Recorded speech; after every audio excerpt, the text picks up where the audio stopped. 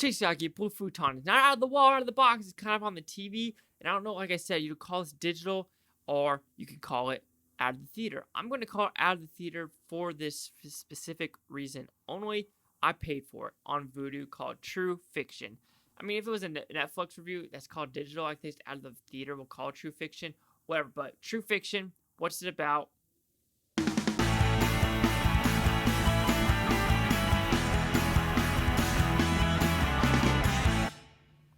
So True Fiction, what is it about? Well, it's about this fangirl. She loves this author very, very much, but she goes in for kind of an interview to be his assistant because she just loves his author so much. She gets the job, but the job isn't really being an assistant. It's being a test subject to see what her fears are so he could write his new book. But while at the house, is he really going to kill her? Because you can tell by the trailer. Is it going to be killed? Is it a psychological movie? Is it a mind fuck? Or is it all of the above? And the question, or the answer, because I already gave you the question, the answer is it's none of them. It's a pretty bad, dull, stupid movie.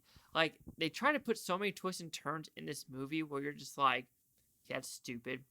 And I think that's the issue with this the issue with this movie is there's so many twists and turns where you're just like, you don't know who you're rooting for at this moment because you don't really know if the author is really doing what they're doing or is this girl absolutely fucking batshit crazy. And yeah, it's one of those movies where I watched it and I was like, okay, what are we trying to get at? Because you understand she has a fear, she has something bad happened to her past. You understand that. Okay, cool, whatever. Bum, done. Boom, boom, blam, blam. But you really don't understand why she has this bad past. Okay, you understand why it's something about her sister, but that's all you really know. You're like, is it because she left you or she ran away? It's like, okay, and why? Okay. And this author, it kind of starts off with this weird beginning of someone screaming. They don't really explain if there are multiple people or not. And you don't know if there's actually actors in this or not. You just are supposed to be like, go with it.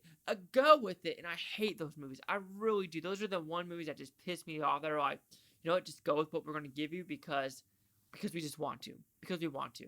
But anyway, if I had to go with the look of the movie, it's fine. The acting by the guy playing the author did a good job, but the girl is not that good of an actress in this movie. She was very fucking annoying. Of like, Then when she snaps all of a sudden. That's where you just kind of get confused because she's kind of weak throughout the story. But then she automatically goes on a murder spree. You're like, where the fuck did this come from?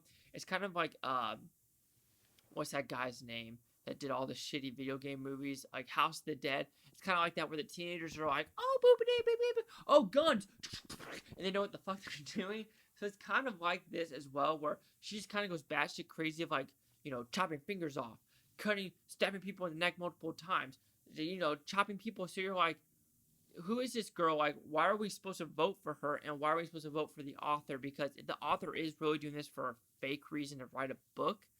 But there's weird parts in the story where you're like, okay, maybe he's trying to write a book, but then he antagonizes her of like calling her a bitch and doing stuff like that, and then having some guy run up behind her. So you're like, is this a murder house or is it really for a book? And you just don't get the answers you are actually wanting, and you're just like, okay, let's go. This is like really starting to piss me off because you're starting to treat the audience like we're fucking stupid. So True Fiction, I don't recommend it.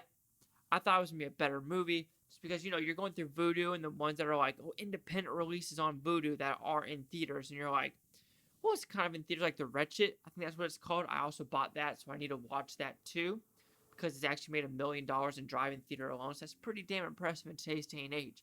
But True Fiction, do not watch it. It's a waste of your time. The acting's not that good. The directing's okay. The gore's fine. But just the overall premise of the story, you're just like, no, I can't get behind it. So True Fiction will receive a 1 out of 5 with Futons because at 20%. So let's see the Correct News scores gave this one.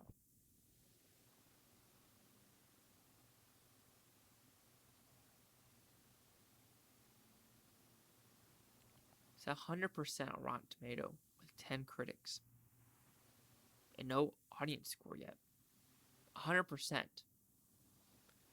This is 100%? What? A Timid Ryder's assistant takes matters into her own hand when she suspects her boss is a serial killer using her to inspire his next novel. Even if you're sick to death at twist, I guarantee this one will surprise you. There's nothing surprising. What the fuck? Logic has no place here. And it's rated a B. If the tagline is logic has no place here, that's not a positive. 20% or 100%. Chase like the blue futon. Like, comment, subscribe. Let me know think it's Futon Tope. You blue Tony's. Thanks for watching. Have a great day. I got nothing. I think maybe 15 more for another Steelbook giveaway. So let's get there. Let's do it. Let's do it.